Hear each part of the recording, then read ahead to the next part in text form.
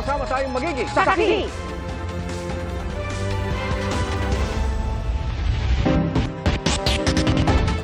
Bago sa saksi, magtatakda na po ng basaan zone ang lungsod ng San Juan kasunod ng mga reklamo ng mga naperwisyo sa kanilang Wata Wata Festival. Nagsampa naman ng reklamo ang isang rider matapos mabasa at masaktan pa sa gitna ng pagdiriwang.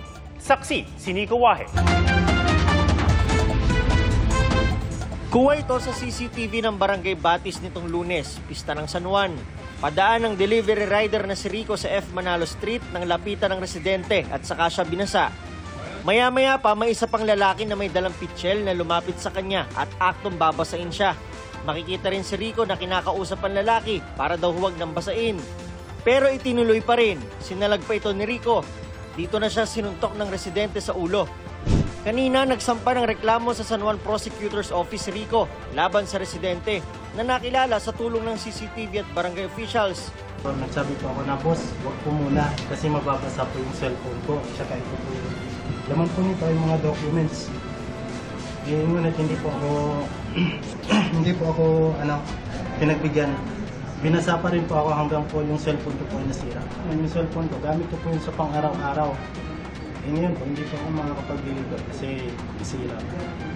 Ginawa ito ni Rico matapos hikayatin ni San Juan City Mayor Francis Zamora na magsampa ng reklamo ang mga naapektuhan ng unruly behavior nitong Wata Wata Festival 2024 at para hindi na raw ito maulit.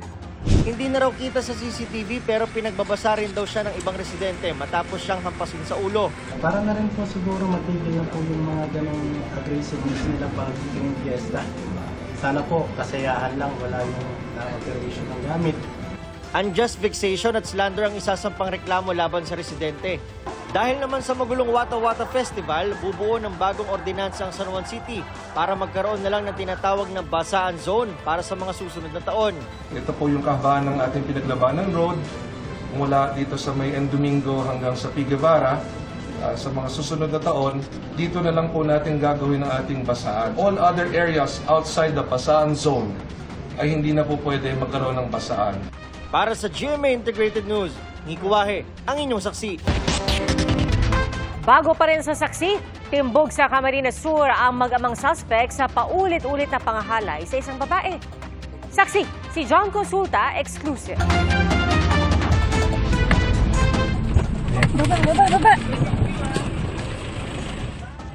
Paalis na sana ang pedicab na ito sa Pili, Camarines Sur nang harangin ng mga tauhan ng Calabar Zone Police. Mabilis na hinuli ang pedicab driver.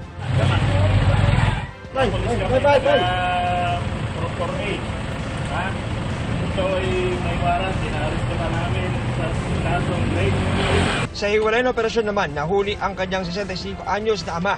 Ayon sa Calabar Zone Police, ang nagreklamo ng rape ang anak ng kinakasama ng isa sa mga suspect. Ayon daw sa 23 anyos na biktima, 9 na taong gulang daw siya nang simulang abusuin ng mag-ama. Tumagal daw ito ng 4 na taon. Nagsumbong daw ito sa kanyang ina, pero imbis na tulungan, itong nanay is nag-offer doon sa bata ng 50,000 para hindi ituloy yung kaso. Pero hindi pumayag yung anak niya mismo. Pahayag naman ng mga suspect. Hindi po, wala po akong dapat pag-isyan dahil wala po akong ginawa. Kung ako po'y papahigalutan, malabas dito po at papatunayan mo ang aking sarili. Sa Claveria, Masbate naman, na-corner ng Calabarzon Police ang 66 anyos na suspect na 2 dekadang nagtago matapos niyang abusuin ang kanyang menor de edad na anak na mentally challenged. Palipat-lipat siya, no? Actually, umalis na siya rito sa Quezon dahil nga dito sa Calauag, Quezon na nangyari. And dito siya naglagay sa Palawan, then hanggang sa nakapunta siya dito sa Masbate at doon nga natuntun ng ating mga operatiba. Ang pinaka-importante nga naibigay natin dito sa mga biktima is nabigyan ng hustisya yung karumal-dumal na naranasan nila nung sila po ay naging biktima. At ang sinasabi nga natin is ito pang mga kamag-anak nila mismo ang gumawa. Sinisika pa namin makuha ang panig ng suspect na nakakulong ngayon sa Masbate. Para sa GMA Integrated News, ako si John Consulta, ang inyong saksi. Natagpuan sa dagat ng Magsingal, Ilocos Sur ang 20 bloke ng shabu. Unang na-recover ang isang sako na natagpuan ng 2 mangingisda. 19 na bloke ng droga ang nilalaman nito. Isang bloke pa ang dinala ng isa pang mangingisda sa Magsingal Police. Sumatotal, 80 bloke ng shabu ang natagpuang palutang-lutang sa dagat mula noong June 24. Pinaigting na ang pagbabantay sa dagat at sa mga dalampasigan para walang makalusot na kontrabando. Pinakawalan na ang karamihan sa 19 na dayuhan na nadatna ng otoridad sa pagsalakay nila sa mga villa ng maumunay Pogo Boss sa Pampanga. Hawak pa rin ng otoridad ang kasamahan nila na posible raw na isa sa mga hinahanap na boss ng Bamban Pogo. Saksi, si Darlene Guy.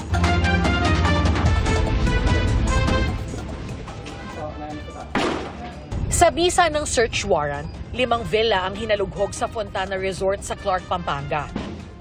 Sakop ng mga warrant ang mga inuupahang villa ng mga big boss ng Pogo sa Bamban, Tarlac at mga business partner ni Bamban Mayor Alice Go.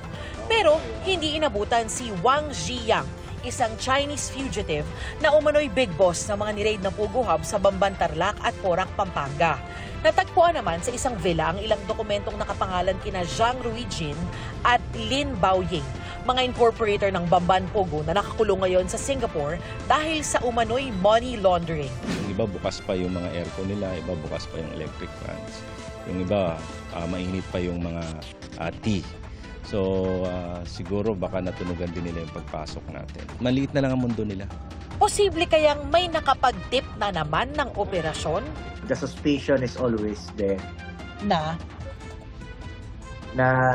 there are some people who are not doing the Philippine government a favor. Yun na lang sasabihin ko. Hindi man nahuli si Wang Ziyang, 19 na foreign nationals ang inabutan ng mga otoridad.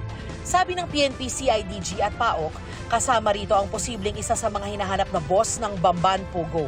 Nasa kustodiya na siya ng mga otoridad. Maaaring isa siya sa mga nakatakas ng mga middle level bosses or managers. Kapag na-validate po namin, ikakasuhan po namin siya ng immigration violation sapagkat hindi po niya naipakita yung kanyang mga dokumento. Pero kung improper naman po ang kanyang, kung proper naman po siya, he will be released also before the 36 hours ay lumipas. Ang 18 pang foreign national, pinauwi na matapos makitang may sapat silang mga dokumento at hindi sila kasama sa anumang watchlist. 2 Pilipino rin ang inabutan ng mga otoridad sa operasyon. Kabilang ang isang dating pulis na miyembro ng Police Security and Protection Group o PSPG. Kailangan niyang paliwanag yung mga pictures ng mga like yung mga tinotorture. And then pictures ng mga isang insidente ng pamamaril. Yung deklarasyon ng iba dito, nakikitang nagsisecurity daw siya kay Mayor Alice Go. But of course, iimbestigahan pa talaga natin. Ay, hindi po. Wala po. Hindi po totoo yun. Hindi po mangyayari yun. Hindi ko po gagawin yan. Wala po akong idea sa mga ganun. Kasi yung boss nga po namin dito, pag pumunta rito once a year, twice a year, ganun. Hindi namin alam mga pangalan kasi binabansagan lang namin pag may komang, si komang, gano'n. Gayunman, pinauwi na rin ang mga Pilipino dahil sa kawalan ng sapat na ebidensya.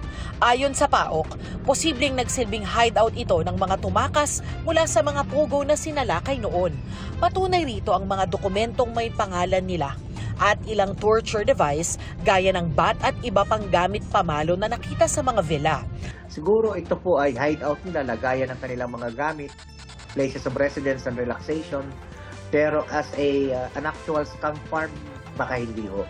Humarap ang pamunuan ng Clark Development Corporation o CDC sa media ngayong hapon. Leased o nirerentahan lang daw ng Fontana Development Corporation ang lupa mula sa CDC. Kaya wala raw control ang CDC sa pagpapatakbo ng resort. Pero matagal na raw silang nakakakita ng mga paglabag. There were several violations na nangyayari, legal at saka contractual obligations ng Fontana para sa CDC. We wrote Fontana several letters last year and also this year, marami since February.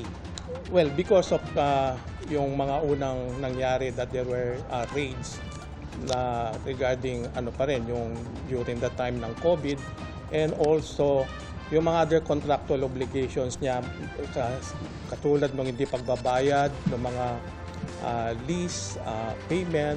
Most of these violations are from the failure niya to get permits in terms of din sa construction activities niya. Sa mahigit 200 villas sa Fontana, kalahati o nasa 100 villas daw ang walang occupancy permit.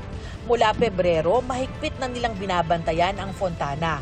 Nakatimbre na rin daw sa kanilang security na kailangan ipagbigay alam sa administration at sa mga law enforcement agency ang anumang kahinahinalang aktibidad sa Fontana. Lately, meron silang na-observe na binato sa PAOK, and then ito rin ang ginawang basis ng PAOK to get a search warrant. Pinadalhan na raw ng CDC ang Fontana ng formal na liham para hingin ang kanilang paliwanag sa nangyari. Ito raw ang magiging basihan ng sarili nilang investigasyon para malaman kung sususpindihin o ipasasara ang resort.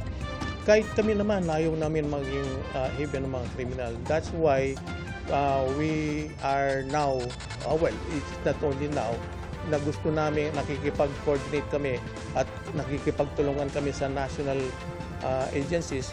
Sinisikap pa naming makuha ang panig ng Fontana. Para sa GMA Integrated News, Darlene Kai ang inyong saksi.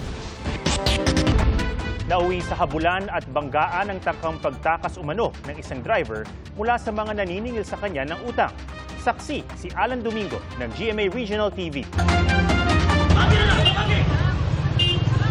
Kahit sinubukang paituin, di pa rin awat sa pag-andar ang itim na SUV na ito. Nabumangga raw sa dalawang motorsiklo sa kanyang harapan. Pilit siyang hinarang ng mga polis at ilang lalaki pero akma pa rin tatakas ang kutse.